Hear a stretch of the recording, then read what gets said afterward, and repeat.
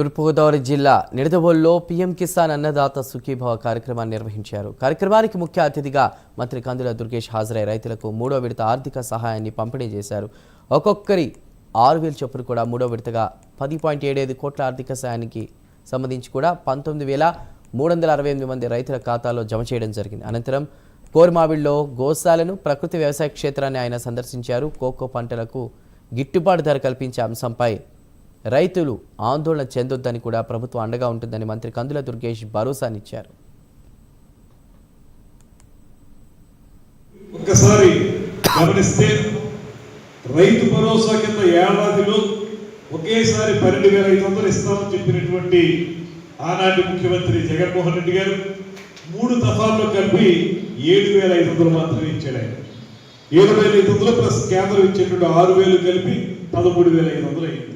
ఇవాళ మనం 14,000 ఇస్తున్నాం. కేంద్ర ప్రభుత్వం ఇచ్చేటువంటి 6,000కి కలిపి 14,000 కలిపితే 20,000 సంవత్సరానికి ఇచ్చేటువంటి కార్యక్రమాన్ని మనం చేపట్టాం. ఇవాళ ఆ రోజు వారు చెప్పినటువంటి మాట ఏంటంటే 64 లక్షల మంది రైతు భరోసా పథకం వర్తింపజేస్తామని చెప్పి అమలులో మాత్రం కేవలం 45 లక్షలు కుదించేశారు. రైతులు తగ్గిపోయారు. రైతు వ్యవసాయం చేసే రైతు సంఖ్య ఎప్పుడు స్థిరంగానే ఉంటుంది, ఇంకా పెరగాలి తప్పితే తగ్గరు. అటువంటిది 45 లక్షలు కుదించేశారు.